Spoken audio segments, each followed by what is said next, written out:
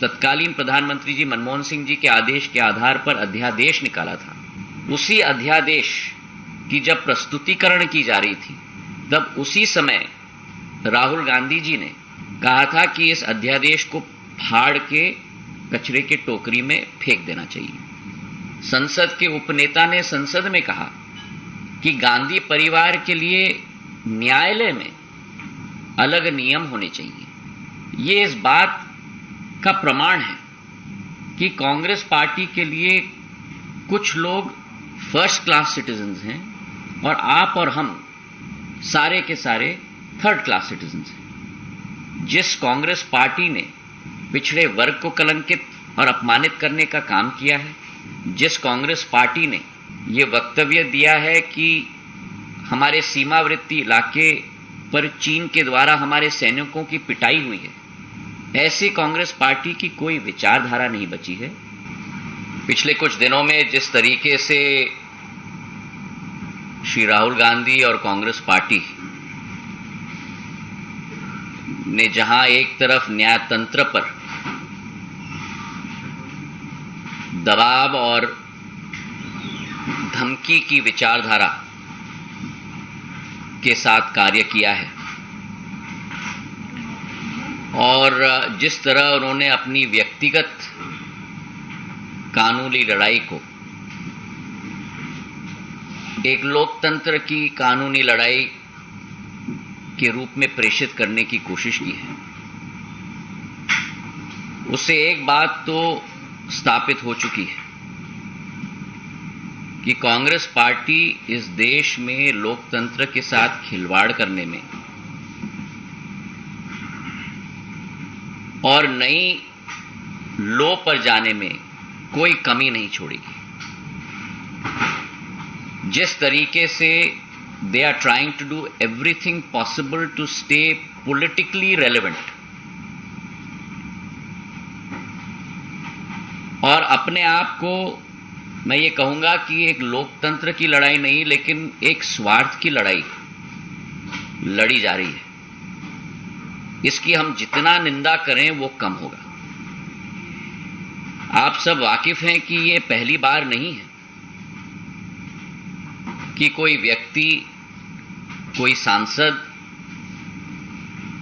की संसदीय सदस्यता को बर्खास्त की गई है। पिछले 10 वर्षों में कई लोग इस सूची में शामिल हैं। जयललिता जी हैं, आजम खां हैं, कांग्रेस के सांसद रशीद मसूद हैं। और ये क्या कारण है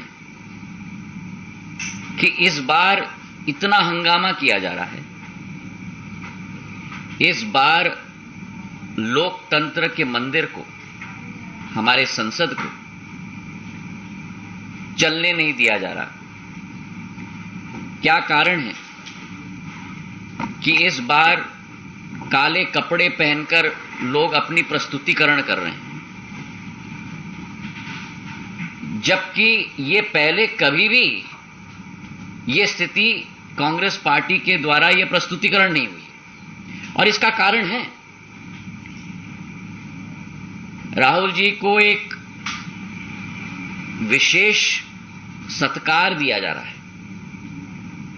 साधारण तौर पर जो पिछले कई दिनों में हमने दृश्य देखा है,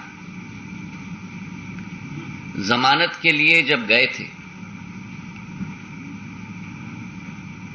तो पूरी कांग्रेस की फौज, जिसमें नेता, मुख्यमंत्री की सूची, उप मुख्यमंत्रियों की सूची, सदन के नेताओं की सूची, कभी जो व्यक्ति जमानत के लिए जाता है वो अपने साथ नेताओं का फौज लेके जाता है। अगर ये अदालत के ऊपर प्रेशर नहीं है तो क्या है? और इसी के साथ साथ जो माहौल पूरे देश में तैनात किया गया, जहां शहर शहर में ट्रेनें रोकी गईं, आम जन की आवागमन में रोड़े अटकाए गए। मैं पूछना चाहता हूं कांग्रेस पार्टी से कि क्या यह गांधीवाद का सिद्धांत है? इस प्रश्न का उत्तर दें। और ये व्यक्ति विशेष के लिए क्यों सब किया जा रहा है? और इसलिए जो पूर्व में भी स्थिति उत्पन्न हुई, 2013 तक पीपल रिप्रेजेंटेशन एक्ट में सेक्शन 8/4 1951 का मानहानि के मामले में किसी व्यक्ति के ऊपर कन्विक्शन अगर किया जाता था तो 3 महीने की मोहलत दी जाती थी कि वो व्यक्ति अपील में जा पाए। लेकिन 2013 का सुप्रीम कोर्ट का जो आदेश रहा lily Thomas versus union of India के केस में कि कोई भी व्यक्ति जिसके विरुद्ध सुप्रीम कोर्ट का एक कन्विक्शन का आदेश हो, तत्काल उस व्यक्ति की संसद की सदस्यता बर्खास्त की जाए। इस वर्डिक्ट के बाद जब कांग्रेस पार्टी की ही शासन केंद्र में थी और तत्कालीन न्याय मंत्री कपिल सिब्बल जी ने प्रधानमंत्री जी के उस तत्कालीन प्रधानमंत्री जी मनमोहन सिंह जी के आदेश के आधार पर अध्यादेश निकाला था, उसी अध्यादेश की जब प्रस्तुतिकरण की जा रही थी तब उसी समय राहुल गांधी जी ने कहा था कि इस अध्यादेश को फाड़ के कचरे के टोकरी में फेंक देना चाहिए। तो फिर आज मैं पूछना चाहता हूं, यह हिपोक्रेसी क्यों है? इसका जवाब कांग्रेस पार्टी को देना होगा।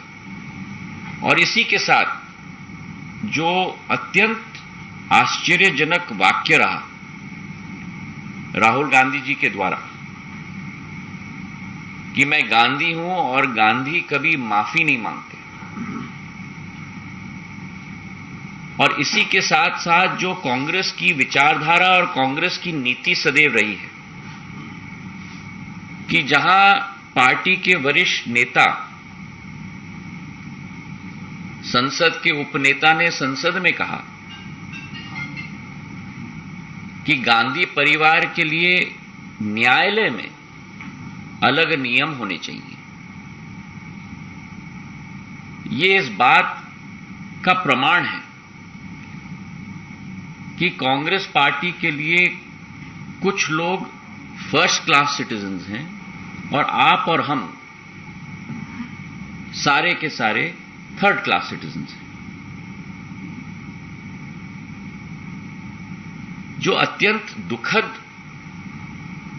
विषय है कि देश के पार्टी के विपक्ष के पार्टी के नेता एक समुदाय के विरुद्ध ऐसे टिप्पणी करें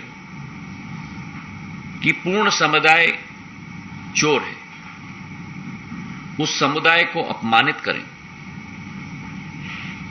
हमारे पिछड़े वर्ग को कलंकित करें और उसके बाद ऐसे वक्तव्य दिए जाएं। मैं मानता हूं कि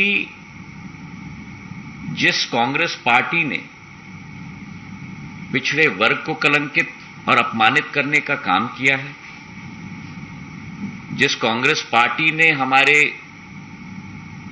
सैनिकों की वीरता पर प्रमाण मांगा है, जिस कांग्रेस पार्टी ने यह वक्तव्य दिया है कि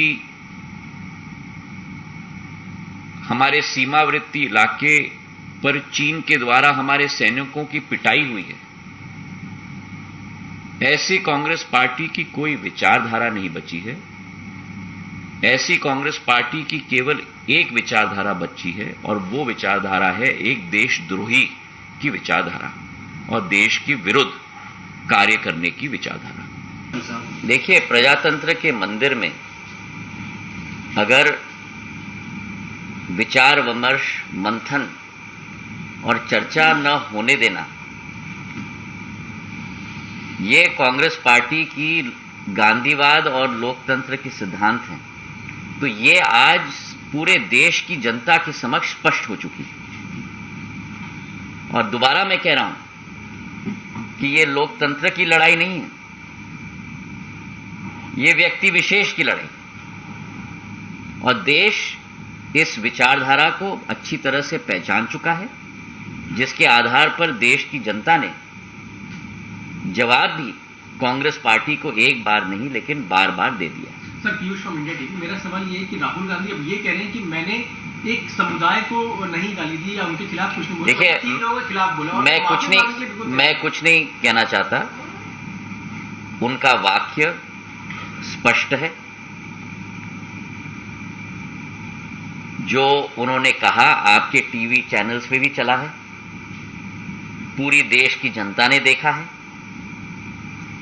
और जो अदालत में उनके वकीलों के द्वारा स्टेटमेंट भी पेश की गई है, अगर आप उस स्टेटमेंट को पढ़ेंगे तो आपको भी आश्चर्य होगा। उस स्टेटमेंट में लिखा गया है कि जो देश के बड़े नेता होते हैं उनके द्वारा कभी कभी भाषणों में जो मन में आए कहा जाता है, पर उनकी स्टैंडिंग होती है, तो स्टैंडिंग के आधार पर कंटेंट को नहीं देखा जाना चाहिए, लेकिन टोन और टेनर को देखा जाना चाहिए।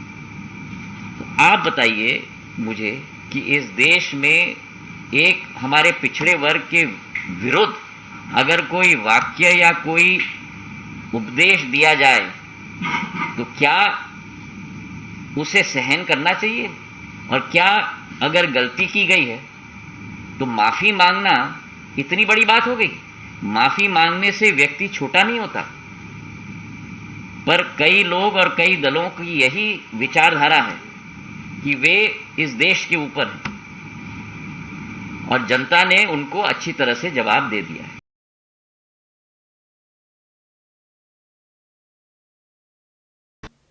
और भी रोचक खबरें देखने के लिए YouTube पर MP टुडे नेटवर्क को सब्सक्राइब करें, खबर को लाइक करें और बेल आइकन दबाना ना भूलें, जिससे आपको रोज नई खबरें देखने को मिलेंगी।